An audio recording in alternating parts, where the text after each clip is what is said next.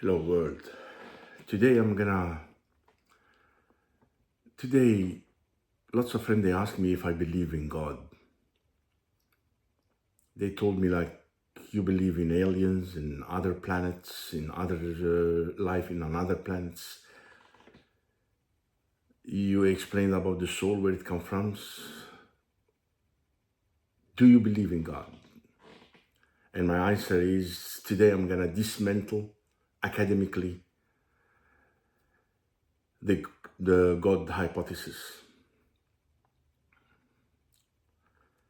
Does God exist? This question always asked. That's not a spiritual question. It is a factual one. And the factual answer is no credible evidence, only psychological confession. I'm not here to offend your feeling. I'm here to state a thesis. God is the single most successful intellectual fraud ever recorded by our species.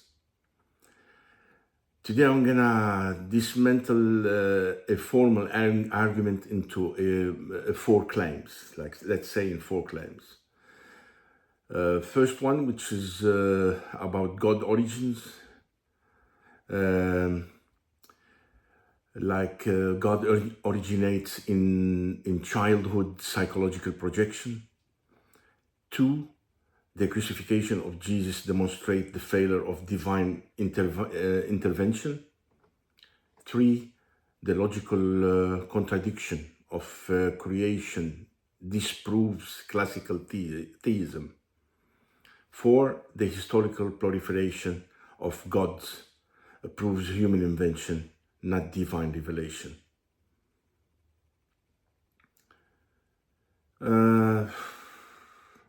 No apology here, no defense.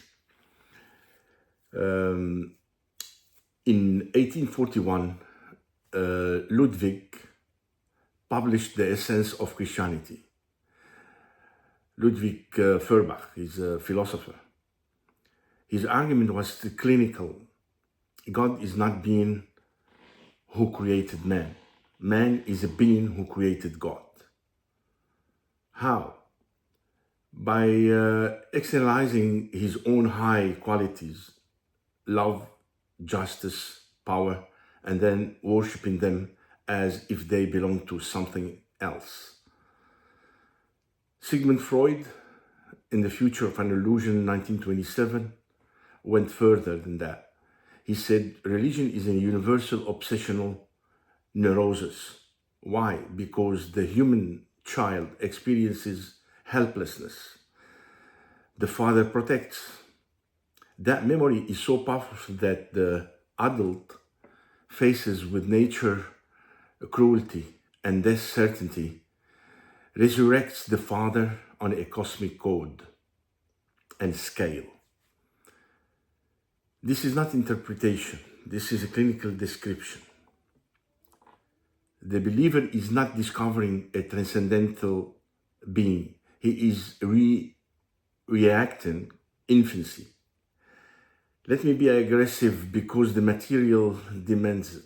I want to be a little bit aggressive tonight because this material is demanded. The believer is not discovering transcendental being. He is reenacting infancy. A prayer is not communication with the deity. Prayer is an auto-communication with the self-generated parental substitute. No difference from child talking to an imaginary friend. Expect the child knows it's present.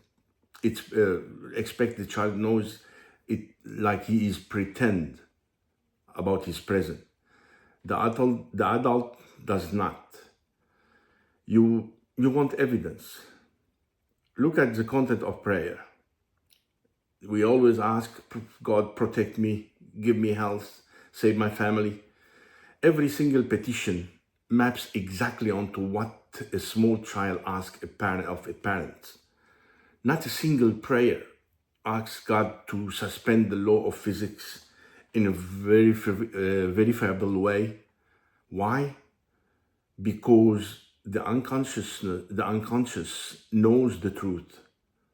No one is listening. So everyone knows the truth. You ask, but no one is listening. Christianity provides it in the Christianity in the point 2, which is the crucifixion and disproof. Christianity provides its own falsification, and it's brutal. Jesus of Nazareth, according to the Gospel of Mark 13:34, cried out on the cross, "Eli, Eli, lima sabachthani? My God, why do you forsake me?" Theologically, apologists have spent 2,000 years trying to explain this away. He was quoting Psalm 22. It was a moment of human weakness. He was showing his full humanity. But this is nonsense for me. Read the text without dogma. If we read the text without dogma, a man who truly believed that he was the Son of God, who promised that Father would answer, and in the final hour, with his asphyxiation and blood loss, he waited and nothing came. That's not a mystery. That is a disillusionment. Jesus died the most disillusioned man in Western history, let's say. Not because he lacked faith, but because faith is not a reliable pathway to truth. Reality does not bend to believe.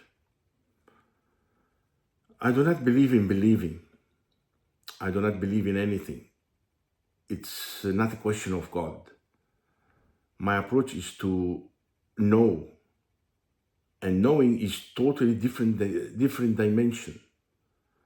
It starts from doubt. It does not start from believing. The moment you believe in something, you have stopped inquiring. Believing is one of the most poisonous things used to destroy human intelligence, in my opinion. All the religions are based on belief. Only science is based on doubt. And here is my aggressive conclusion. Every believer who has ever begged God to save a dying child, stop genocide, stop or heal a sickness, stop a massacre, and receive silence, he is reliving Golgotha the way Jesus went. The only difference is that most believers invent post hoc justification. God works in mysterious ways. It was a test. It has a plan. That's a post hoc justification. They justify. That's what they can say. They always make excuses. These are not an argument. These are a defense mechanism. Exactly the same as a denial in clinical psychology. You are protecting the illusion from contradictory evidence. That is the opposite of rationality. In the point 3, which is the logical contradiction of creation, let us now formalize this one, this contradiction in classical theism, what the theism claims. We want to make it 3 points, point 1, point 2, and point 3. In point 1, I want to talk about the God is omniscient, omnipotent, omnibenevolent.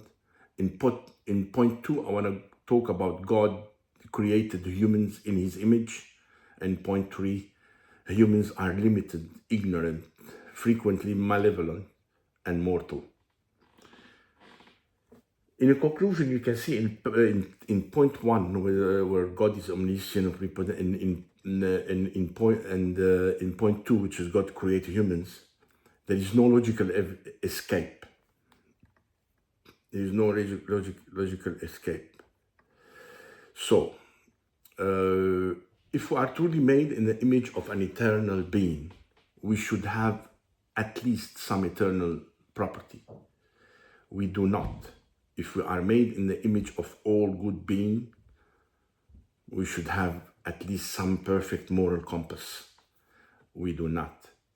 We have evolved impulses towards both altruism and tribalism. Let me explain what altruism and tribalism mean. The altruism is when we help others selflessly, even if they are not in our group. It's a broad outward kindness. Tribalism is when we stick closely to our own group, family, culture, or ideology, and sometimes exclude others. Human tends to have a mix of both. As a human, we have mixed of both. The only coherent resolution is we create God in our image, not the reverse. Ancient humanization is not hard to trace. The Greek gods were jealous, vengeful, lustful, exactly like our powerful humans. The Sumerian gods fought wars, exactly like human kings. The Christian God demands worship, punishes disobedience, and plays favorites with tribes and individuals, exactly like Bronze Age ruler. This is not scandalous, this is obvious. The only reason it feels scandalous is because you were indoctrinated before you could before you start reasoning. In the point 4, I want to explain about the 3 million gods and the Indian counterexample, as we say. Consider Hinduism not as not as like a target for disrespect. No, as evidence. India has over 3 million gods and goddesses. Every village in India, every region, every local tradition has its own deity. I was in India in 2006, and I can feel what's going on exactly there. I touched it, and I felt, and I saw what's going on. Now, if you ask yourself, if God were real, would divine revelation produce 3 million different versions? Or would it produce one consistent account? The obvious answer is humans invent God to match local needs, local fear, local ancestors. For example, so humans create monsoon, let's say, the god of monsoons.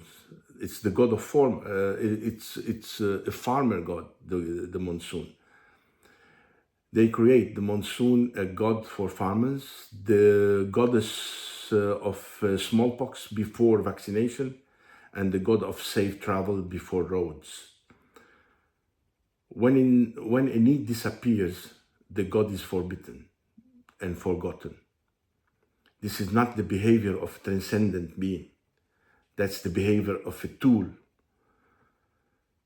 And hear my aggressive punch on this one. When you worship any god, whether Yahweh, Allah, Vishnu, or Zeus, you are worshiping a thought that you inherited from ancestors who didn't know where the sun goes at night. You were bowing to an internal mental object and calling it creator of the universe. That's not pity. That's itself worship, the better part of yourself that the better part of yourself projected outward and then begged for favors. Feuerbach, the philosopher, said, it's perfect. He said it perfectly in this way. The secret of theology is anthropology, the true science. God is the outward projection of human essence. Let me explain the final statement. No illusion, no dissolution. Let me end with a personal statement, not emotional, but position. I cannot be disillusioned. Why? Because I never accepted the illusion. I was not raised to believe in a cosmic father. I examined the claim. I found no evidence. I studied the philosophy and the psychology. I found perfect explanation for belief without a believer. I studied history. I found God's dying and being replaced for thousands of years. The burden of proof is not on me. It never was. It never was. The theist or the theist or the secular or the atheist claim a transcendental, eternal, all-powerful mind exists outside space and time. That is not an extraordinary claim. Extraordinary claim require extraordinary evidence. There is none, zero evidence. All I found is a supreme consciousness, a vast, empty, pure wisdom. A book written by, I feel like it is a book written by an Iron Age tribesmen. So this book written by Iron Age tribesmen is not an evidence, in my opinion.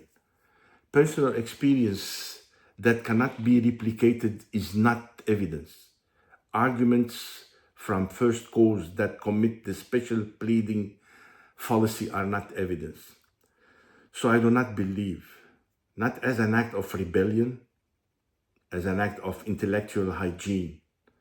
The default position on any extraordinary claim is disbelief until demonstrated. And it has not been demonstrated, not once in the 10,000 years for trying. Let me conclude and finish in this way.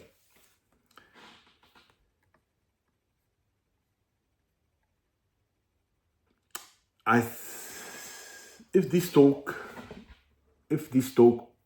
made you angry, good. Anger often precedes cognitive conflict. And cognitive dissonance or the conflict is the first step towards re-evaluating a false belief. So don't be angry. I do not ask you to agree with me. I ask you to do what believers so rarely do: examine the evidence against your position. If you want to think more, read about Feuerbach, the Feuerbach. Read the Freud Future of an Illusion. Read David Hume's Dialogue Concerning Lateral Religion. Read Bart Ehrman's God Problem on the Crucifixion. Read the book called Papus for the great philosopher Dr. Gerard Roncos. The Book of Secret for the great teacher also and philosopher Bhagwan Sri Rajneesh. Jiddu Krishnamurti, who introduced me, this philosopher introduced me to all of those philosophers, so I can have an answer of what used to be a forbidden topic. Read the Tibetan teacher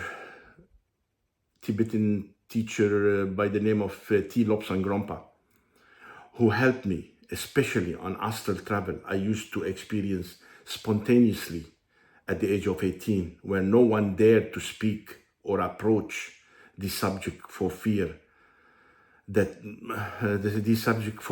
society think I was mentally ill. I took picture for those books if you want to search the web and try to have them in English, because some of those books, they are in French. I read it in French language. When I read those books at the age of 18, 60%, I understood 60% of the philosophy of those books. But those teachers, they answered many questions, was tormented me in my adolescence. I put some picture down below in the corner for those books, you can check it. When you read those books in an open mind and purely scientific mind, and after that you will still believe, fine, I don't mind, but at least you will have done the work. Most have not. Most will watch this video, feel attacked. So please close this video and pray for comfort.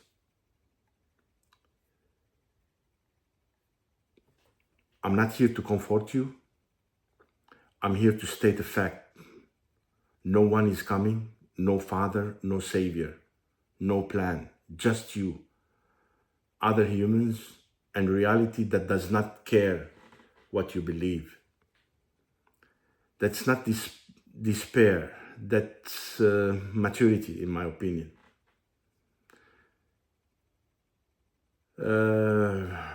Subscribe if you want more academic dismantling of religious claim.